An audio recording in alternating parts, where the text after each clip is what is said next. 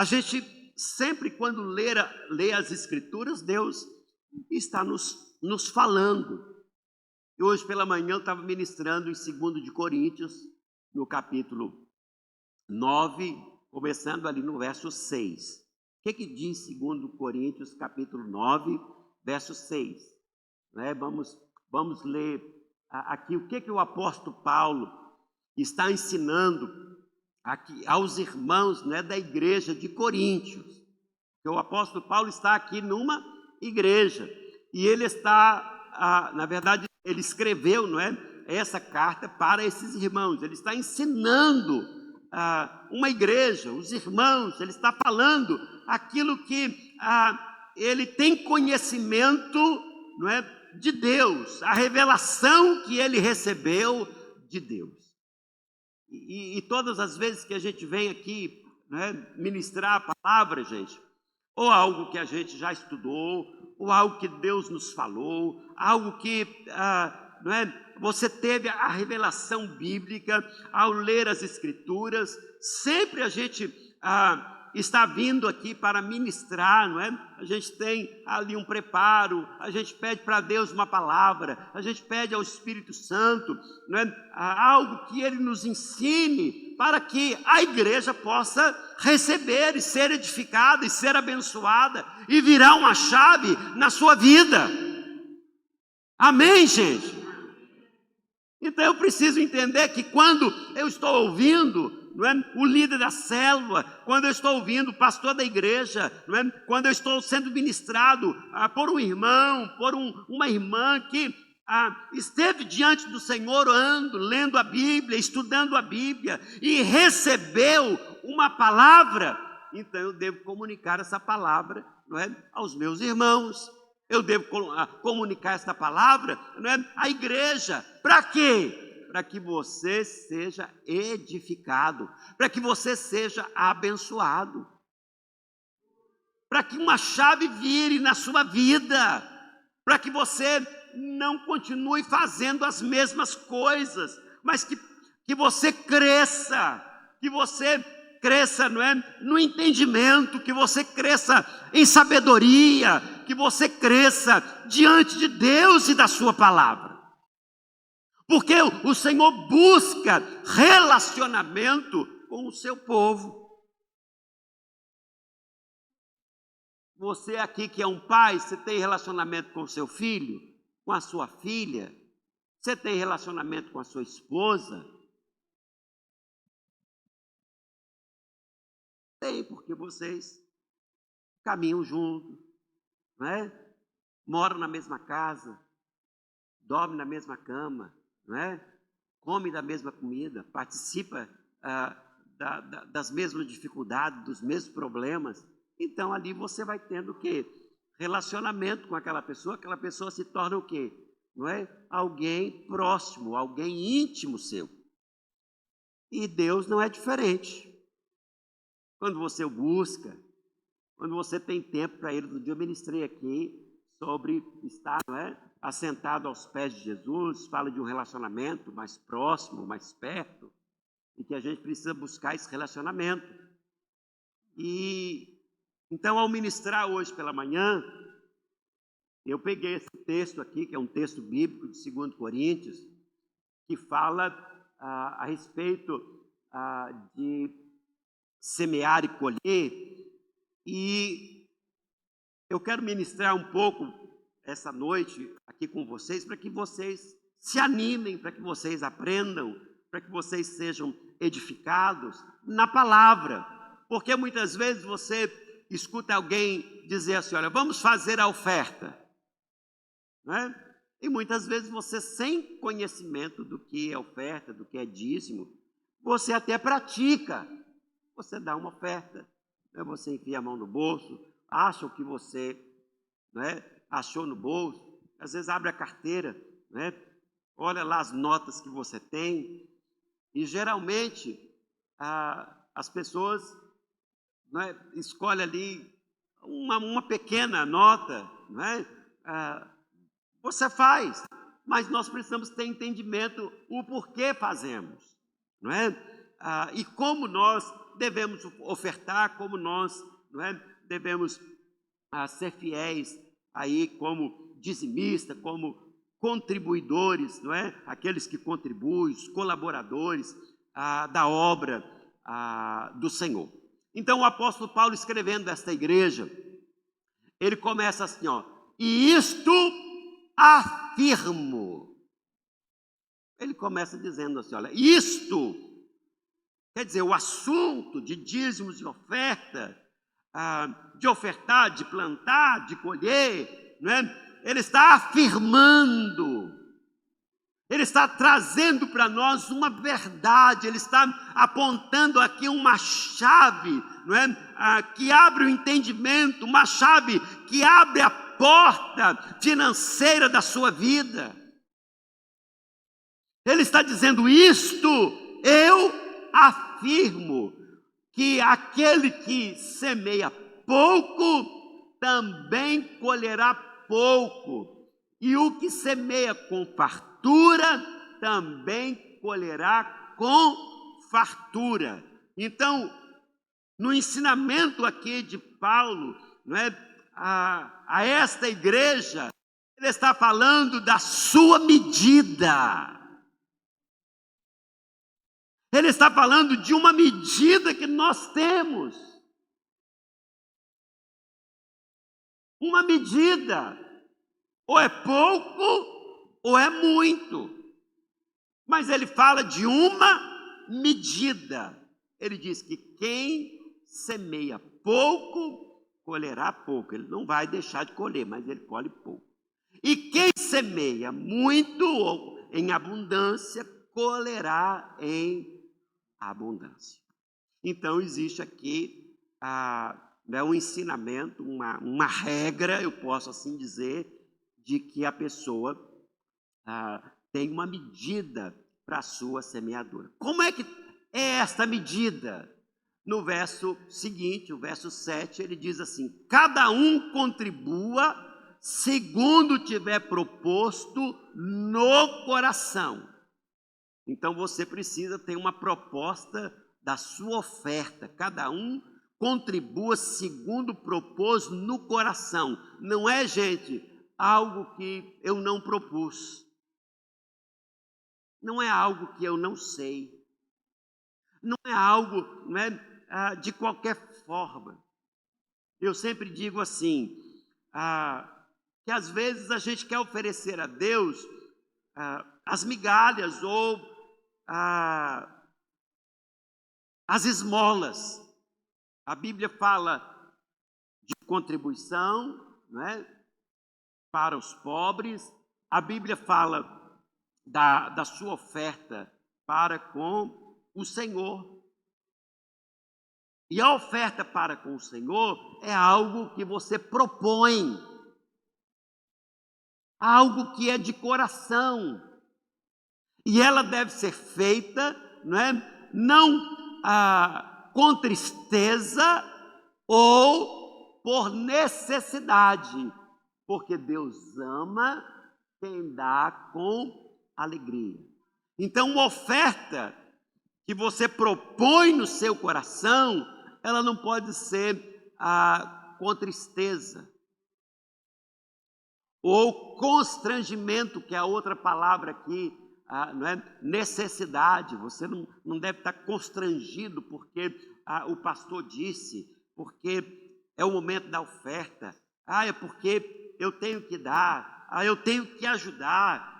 Não é por constrangimento, mas é um momento que você precisa fazer com alegria. É algo que eu decidi fazer com alegria. É algo que eu entendi. É algo que eu aprendi. É algo que eu tenho prazer em fazer. Então, quando você propõe no seu coração, não é uma obrigação, não é uma imposição. A gente costuma ouvir muito as críticas, contra a igreja, que a igreja cobra o dízimo, que as pessoas são avarentas, que os pastores são lobos. que você vai dar o seu dinheiro para o pastor, a gente escuta muitas críticas, muitas ofensas. E por que a gente escuta ofensas e críticas de muitas pessoas que não entendem, não é, o valor da oferta? Porque primeiro a Bíblia diz que é algo voluntário e do coração. Alguém que se propôs, alguém que entendeu o Evangelho, alguém que entendeu Cristo, alguém que foi salvo dos seus pecados, alguém que entendeu que nós fomos comprados pelo poderoso sangue de Jesus, alguém que tenha Jesus como Senhor da sua vida. Então, alguém que se propõe a fazer parte de um projeto, e o projeto de Deus. Porque quantas pessoas, você mesmo está aqui hoje, talvez a sua família está, talvez o seu filho está, talvez alguém da sua família está aqui e que está sendo transformado pela palavra de Deus dia após dia. Então, quando você entende esta palavra do apóstolo Paulo dizendo, afirmando, trazendo uma verdade para a igreja sobre a semeadura, essa semeadura tem uma medida, essa medida segundo o seu coração, que não pode ser com tristeza, mas que ela deve ser com alegria. Ela produz, gente, algo poderoso na vida de quem entende.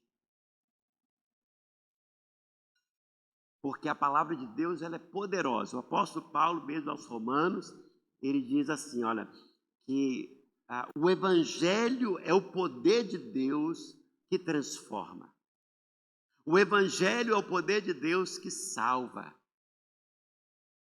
Romanos capítulo 1, verso 16. Então tem um poder na palavra de Deus quando eu recebo as Escrituras. Quando eu coloco essas Escrituras na prática. Porque eu preciso praticar. E os resultados, queridos, de quem semeia, de quem tem uma medida, de quem dá de coração e com alegria, os versos seguintes vão dizendo que o nosso Deus pode tornar abundante em vocês toda graça.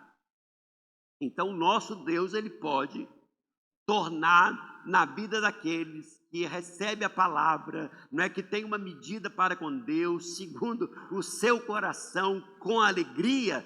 Deus, ele pode tornar abundante em vocês toda graça, a fim de que, tendo sempre, em tudo, ampla suficiência, vocês sejam abundantes em toda boa obra.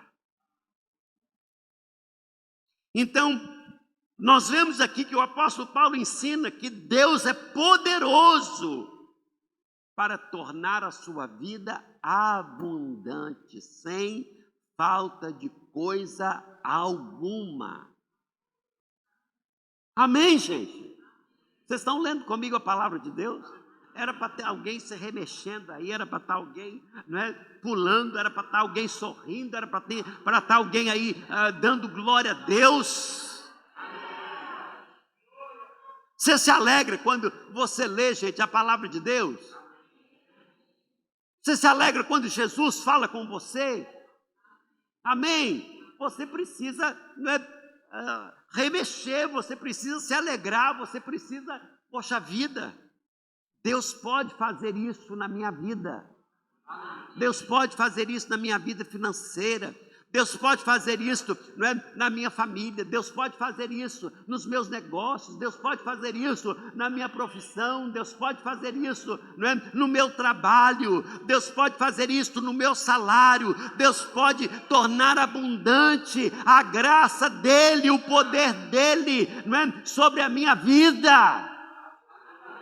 Gente, tem os processos de Deus.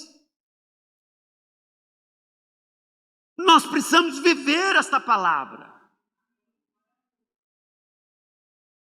Sabe o que é viver a palavra? Jesus disse: olha, a minha palavra é verdadeira comida.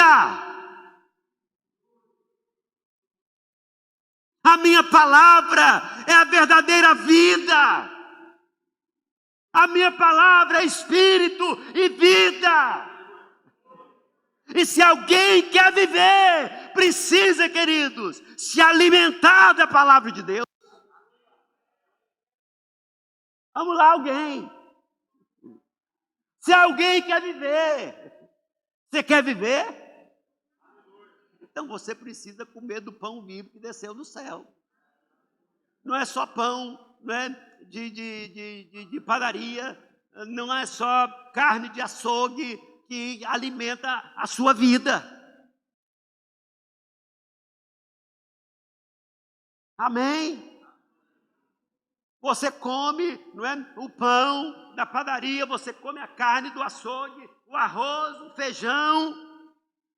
Você se alimenta o seu corpo. O corpo não é da carne, mas existe um corpo do Espírito que precisa se alimentar da palavra viva de Deus. Foi Jesus quem disse isso. Nem só de pão viverá o homem, mas de toda palavra que sai da boca de Deus. Vamos lá, alguém. Amém, gente? Então, você está aqui hoje, você veio para o culto, você precisa comer e beber. E eu estou dando comida para vocês nessa noite. E não fica se remexendo aí do culto e achando ruim, não é de se falar de oferta e dízimo, não. Porque tem gente que se remexe, tem gente que não é. A Bíblia diz da coceira nos ouvidos quando escuta a sã doutrina. Quando o cabo começa a ouvir a sã doutrina, né? Que ela vem como espada afiada, que penetra no coração, capaz de dividir alma e espírito. O nego se remexe. Tem gente que não gosta, tem gente não é, que fica se revirando, mas a palavra de Deus ela vai lá dentro e ela é capaz de separar os pensamentos, alma e espírito. Amém, gente? É por isso que o homem sem a palavra de Deus ele é morto.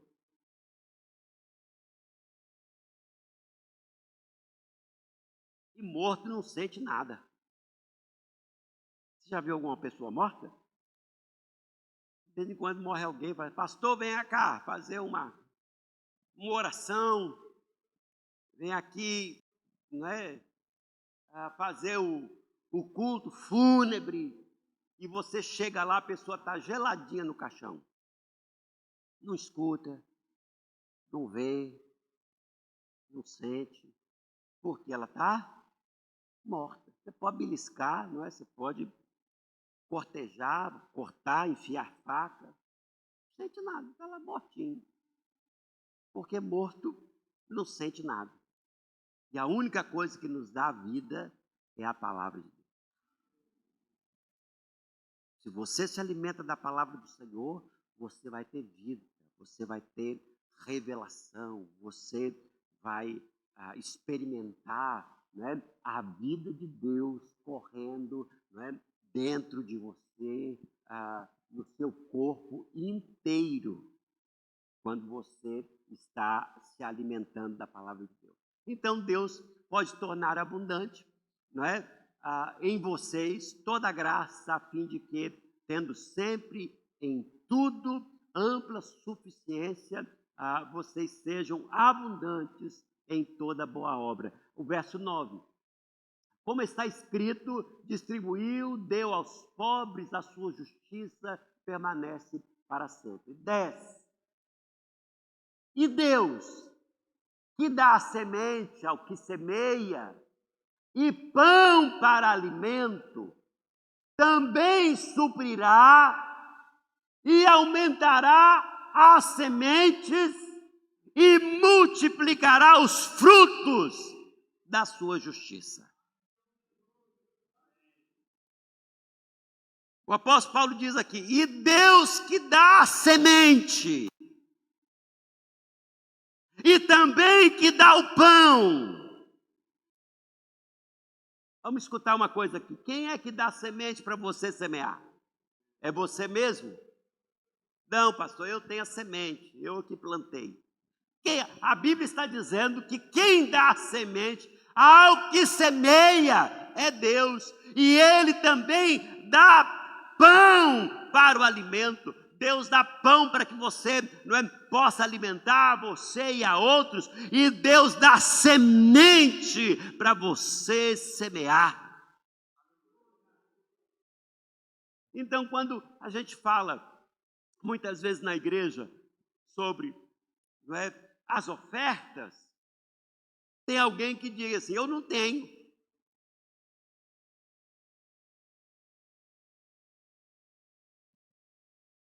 Você já disse isso? Eu já disse isso. Hoje eu não tenho. Não tem no momento, né? Ali no momento do culto, às vezes a gente está desprevenido, né? No momento, mas eu não posso dizer que eu não tenho semente, porque Deus nos dá semente. É Deus quem te dá semente. É Deus quem te dá a provisão. É Deus quem abençoa, não é, a sua vida. É Deus quem te dá saúde. É Deus quem abre portas. É Deus que coloca você numa porta de emprego. É Deus quem abre uma porta de favor para que você tenha uma provisão. É Deus que te dá a inteligência para você estudar, para você fazer uma faculdade, para você se tornar um profissional. Gente, muitas vezes nós não temos esse entendimento.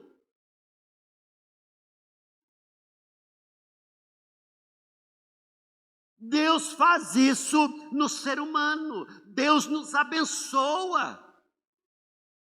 O Senhor nos ajuda. O Senhor abre portas. E muitas vezes nós achamos, sou eu. Eu é que esforcei, eu é que estudei, eu é que economizei, eu é que sacrifiquei. Eu sei que tem todo sim um processo, mas eu preciso entender que o Senhor tem preparado para mim um caminho. E eu preciso reconhecer o Senhor, como diz lá em Provérbios, no capítulo 3, ele diz, reconheça o Senhor em todos os seus caminhos. Ele diz, não seja sábio, no seu próprio entendimento, reconheça a Deus.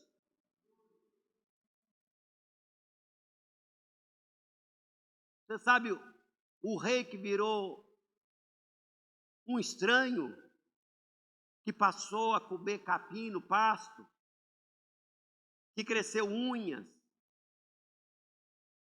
que cresceu cabelos, criou escamas, como um bicho no mato. Vocês sabem quem foi esse rei? Lá no livro de Daniel. Sabe quem foi? O rei, ninguém sabe. Nabucodonosor. Tem gente aí que sabe.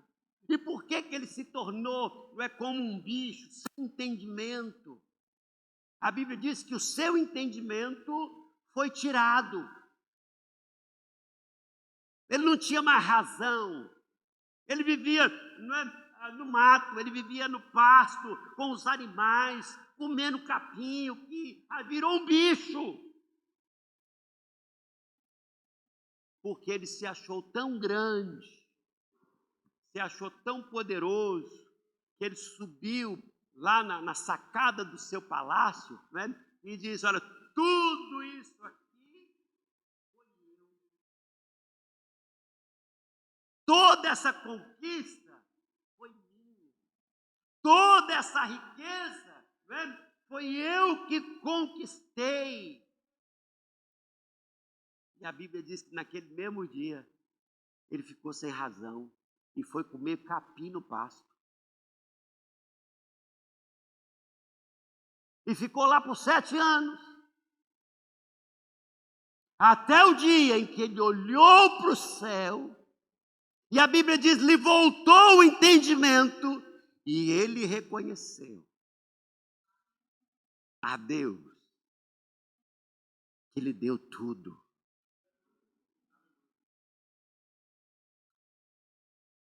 Davi, lá em 2 de Crônicas, quando foi dar uma oferta para o Senhor, para, não é, a construção do templo, diz: quem sou eu? Quem é o meu exército? Quem são os meus comandantes? Quem são os meus generais? Para que de nós mesmos pudéssemos dar uma oferta ao Senhor. Sendo que tudo primeiro foi o Senhor quem nos deu, foi o Senhor quem nos abençoou, foi o Senhor quem nos enriqueceu, foi o Senhor quem nos deu ouro e prata. Primeiro Ele nos deu, e quem sou eu e quem é o meu povo para dar ao Senhor uma oferta? Primeiro o Senhor nos deu, primeiro o Senhor nos prosperou, primeiro o Senhor nos enriqueceu para que pudéssemos fazer tal coisa.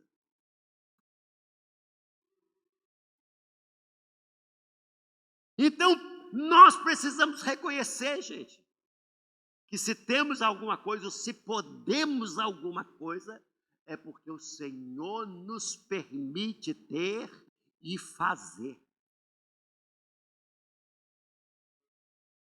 Glória a Deus que eu estou ouvindo um amém por aí.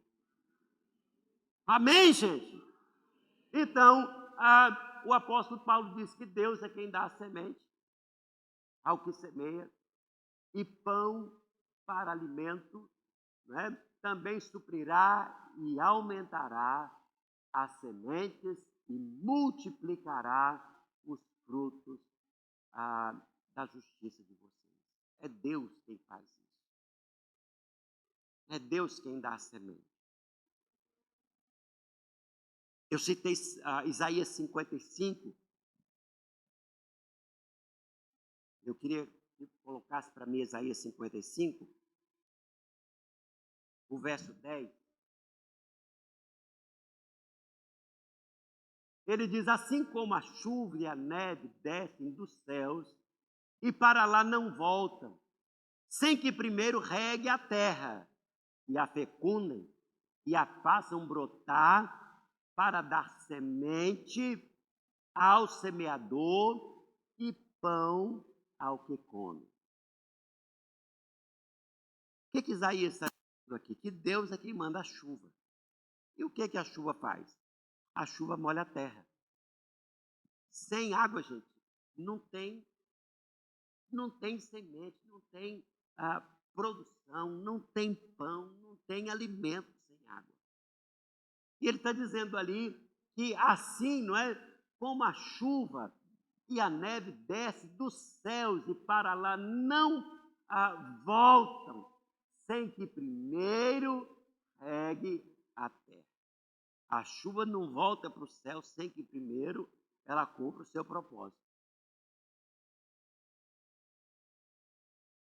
de molhar a terra, de fazer o campo produzir, não é, a semente, não é, e trazer semente ao semeador e pão ao que come.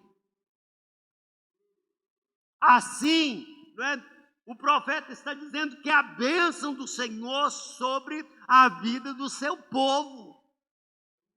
Que Ele tem enviado uma palavra.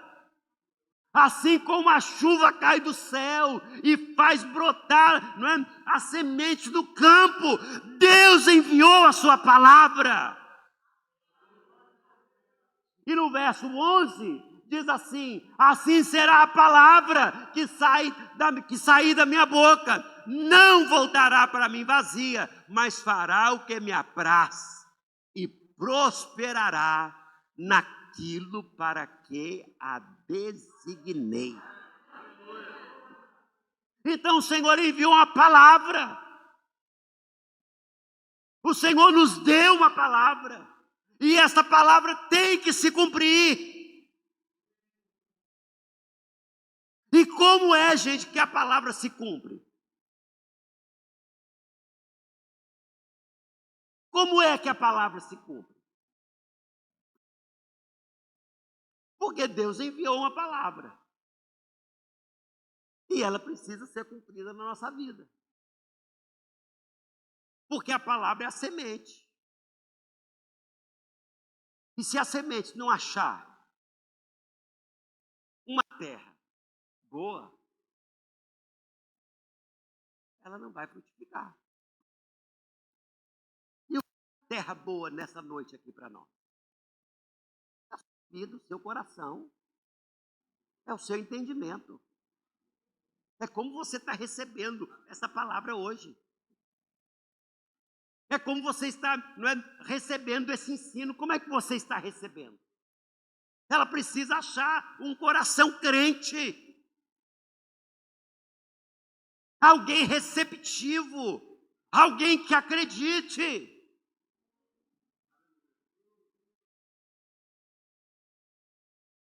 Isso é fácil de entender quando Jesus, no capítulo 13 de Mateus, fala da parábola do semeador.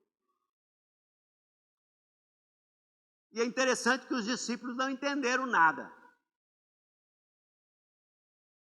E os discípulos, Senhor, nos ensina, explica para nós, porque nós não entendemos. E sabe o que é que Jesus diz? Olha, vocês têm o privilégio.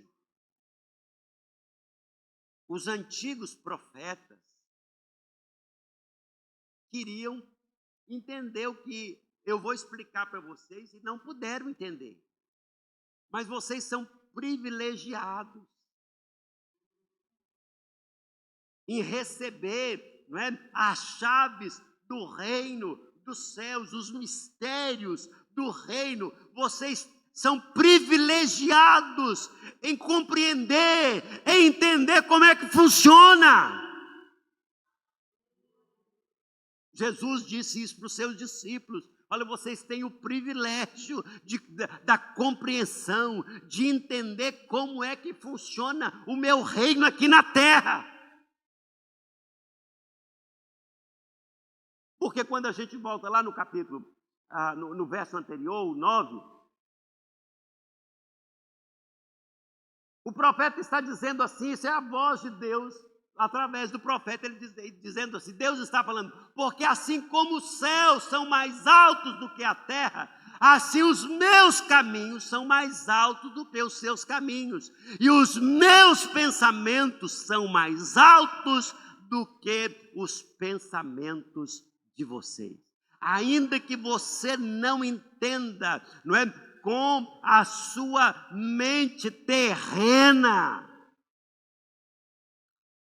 o Senhor está dizendo aqui, olha, os meus caminhos são mais altos do que aquilo que você entende.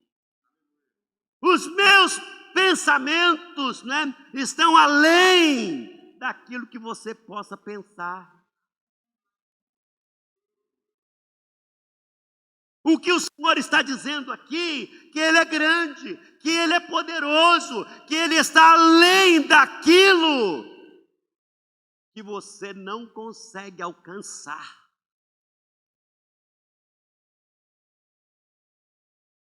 Por isso que os mistérios do reino, ou esse poder do evangelho, queridos, é para aqueles que acreditam, e não só acreditam, mas praticam.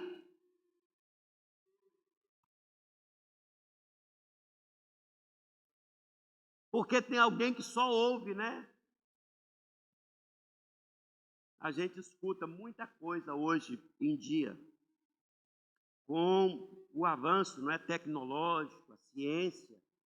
Hoje você tem muitos recursos, muitos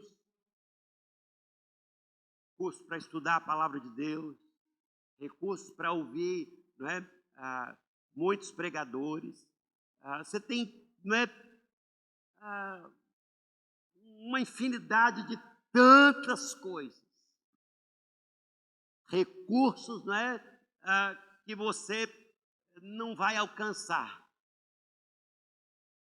em toda a sua vida, se você continuar, não é, buscando, são muitos os recursos para você ter entendimento. Não é só ouvir, você precisa ouvir e fazer. Você precisa ver alguém fazendo e você precisa praticar o que aquela pessoa fez para você aprender. A Bíblia diz que os discípulos viam Jesus fazendo, não é? E fizeram aquilo que Jesus fez. Você precisa praticar as Escrituras. Se a sua casa é meia, não é? Cai, não cai. Se a sua casa não é firme, por que ela não é firme? Às vezes a gente vai olhar uma casa para comprar, olha assim, a casa está rachada, a parede está rachada, não é? Você vê que a estrutura não é uma estrutura muito boa, você fica desconfiado. Você olha assim, poxa, essa casa pode cair, essa casa pode, não é, virar ribanceira abaixo. Outro dia eu estava vendo aí no YouTube, eu acho que no Facebook, alguma coisa, a casa, não é, foi tombando, e caiu, virou a casa todinha lá embaixo. Caiu a casa toda, de gente gritando, ai meu Deus, fazendo, né, aquele escândalo, aquele pavor todo da casa caindo. Mas por que a casa caiu? Primeiro que não foi construído num lugar seguro, firme, na rocha, uma fundação fraca, rasa, não tinha estrutura, não é, para aguentar o peso ou os intempéries da natureza. E a casa, então, desceu morro abaixo. Se tivesse alguém dentro, desceu também morro abaixo. Se teve televisão, cama, geladeira, fogão, roupa, guarda-roupa, não é? Coisa, dinheiro, joias, desceu para o morro abaixo. Aquela casa foi destruída. Por que ela foi destruída? Porque não tinha estrutura, não aguentou, não é, os intempéries da natureza. E Jesus fala isso, que quem só ouve a palavra dele, não pratica, não coloca em prática, não faz, é considerado um homem que constrói a sua casa, não é, no areal.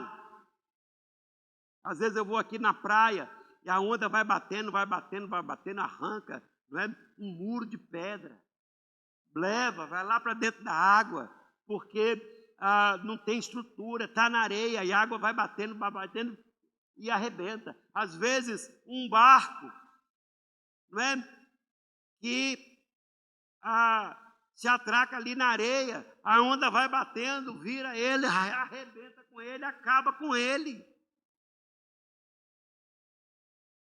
E alguém, queridos, que não tem, não é, essa prática, essa firmeza da palavra na sua vida, está como alguém vulnerável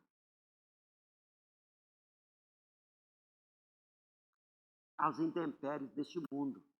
Porém, quem escuta a palavra de Deus e coloca a palavra do Senhor na prática, ele diz, é como alguém que construiu sobre a rocha e essa casa não cai.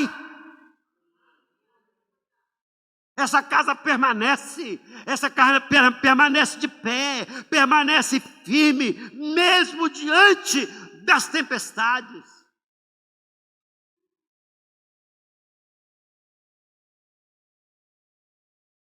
Então vamos ficar de pé, vamos colocar a palavra do Senhor em prática, vamos aprender, não é, a ter uma medida para com, não é, o Senhor, para com a sua obra, não é? Espere receber o favor, a graça, a provisão de Deus na sua vida. Deixa Ele, não é, aumentar a sua riqueza, deixa Ele abrir uma porta para a sua vida, deixa Ele, não é, fazer algo poderoso em você, quando você coloca e crê, não é, nesta palavra poderosa.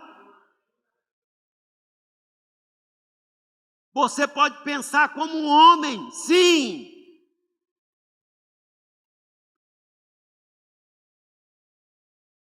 Pode agir no poder da palavra de Deus. Você pode colocar a palavra do Senhor em prática. Quem é o nosso Senhor? Quem é Jesus nessa noite para você? Ele é o Senhor da sua vida? Ele é o provedor da sua vida? Ele é aquele que cuida das suas ovelhas, como Davi, no Salmo 23, ele diz, o Senhor é o meu pastor, e nada me faltará. O pastor das nossas vidas, ele não nos permite faltar coisa alguma, ainda que você passe, não é, pelo vale sombrio e o vale da morte, ainda que tenha correção, ainda que tenha vara, ainda que tenha cajado, mas o salmista diz, o pastor da minha vida, o pastor, ele me conduz pelo vale sombrio da morte.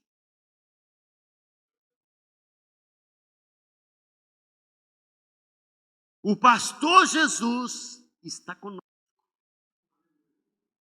Conduz a nossa vida. Mas Jesus, ele disse, lá em Lucas, no capítulo 16, que você não pode ter dois senhores. Você só pode ter um Senhor.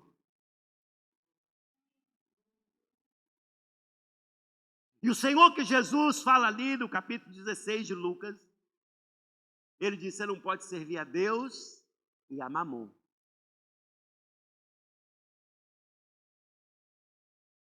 Mamon, quando Jesus se refere ali como um Deus, ele está dizendo, olha, Mamon são as riquezas. Mamon é o dinheiro. Eu não posso servir a Mamon e querer servir ao outro Senhor. Ou você serve um, ou você serve o outro. E eu disse aqui hoje pela manhã que, pelo dinheiro, as pessoas é capaz de fazer qualquer coisa.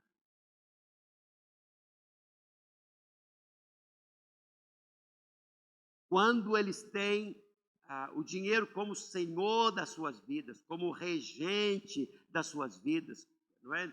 Que conduz as suas vidas, não é? Quando são apegados ao dinheiro, Eles são capazes de fazer qualquer coisa. As pessoas mentem, as pessoas roubam, não é? As pessoas contam mentiras, as pessoas falsificam, não é? As pessoas prostituem, não é? Fazem qualquer coisa por causa do dinheiro, porque o dinheiro tornou o senhor deles.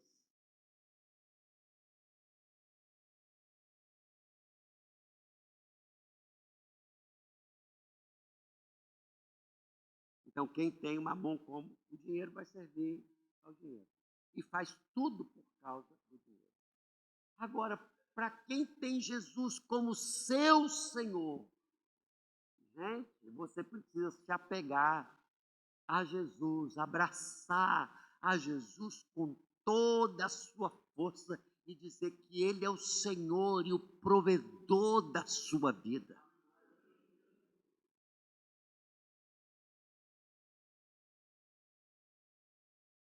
A sua esperança não está nas riquezas, a sua esperança está em Jesus.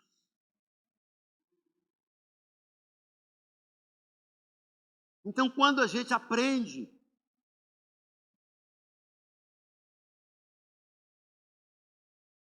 a palavra, não é?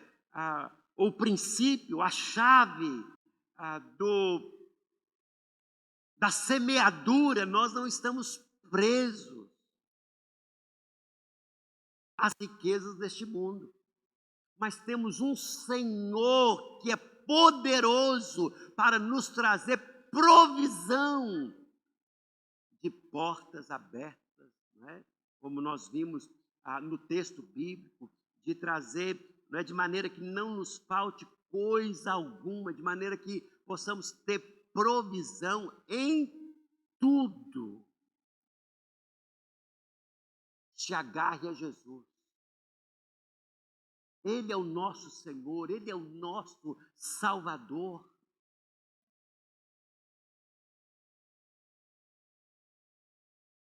Ele é não é o fardo leve, o jugo suave.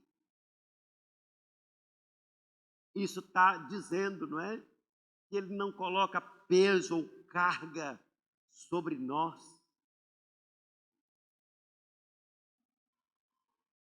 Você precisa se apegar, se agarrar a Jesus, ser crente de fato e de verdade.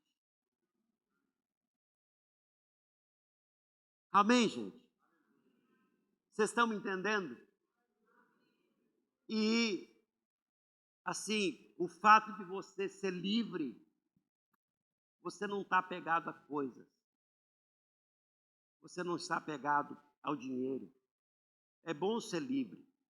Por isso que a Bíblia diz que Jesus veio para nos libertar, para tirar o peso, não é?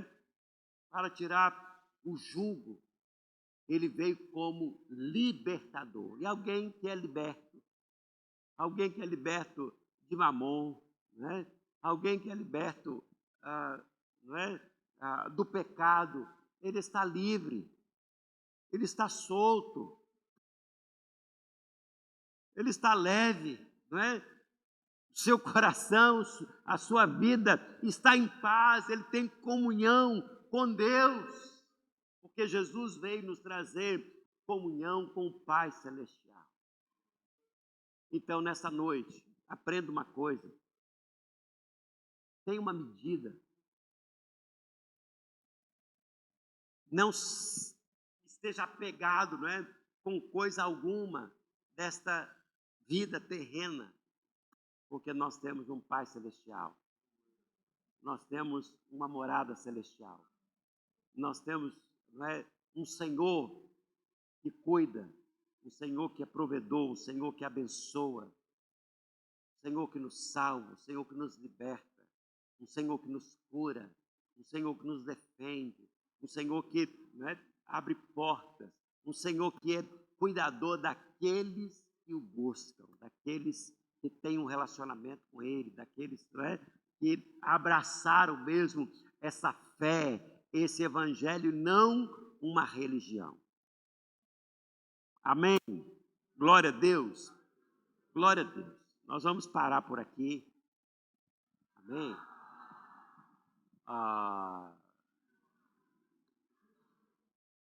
O que foi, pastora? Vai lá, ó. Gente, na igreja que a gente estava lá em Portugal, tinha um painel bem na frente. E lá começava o culto, aí eles tinham assim, olha, tem seu tempo, não é, de ministração. Quando acabava o tempo, aí aparecia lá, o seu tempo acabou, né? E aparecia assim, -1, -2, -3, -4, -5, -6, já estava lá no -30. E eu só passei o olho assim e continuei ministrando até -40. Aí a pastora fez uma plaquinha para mim.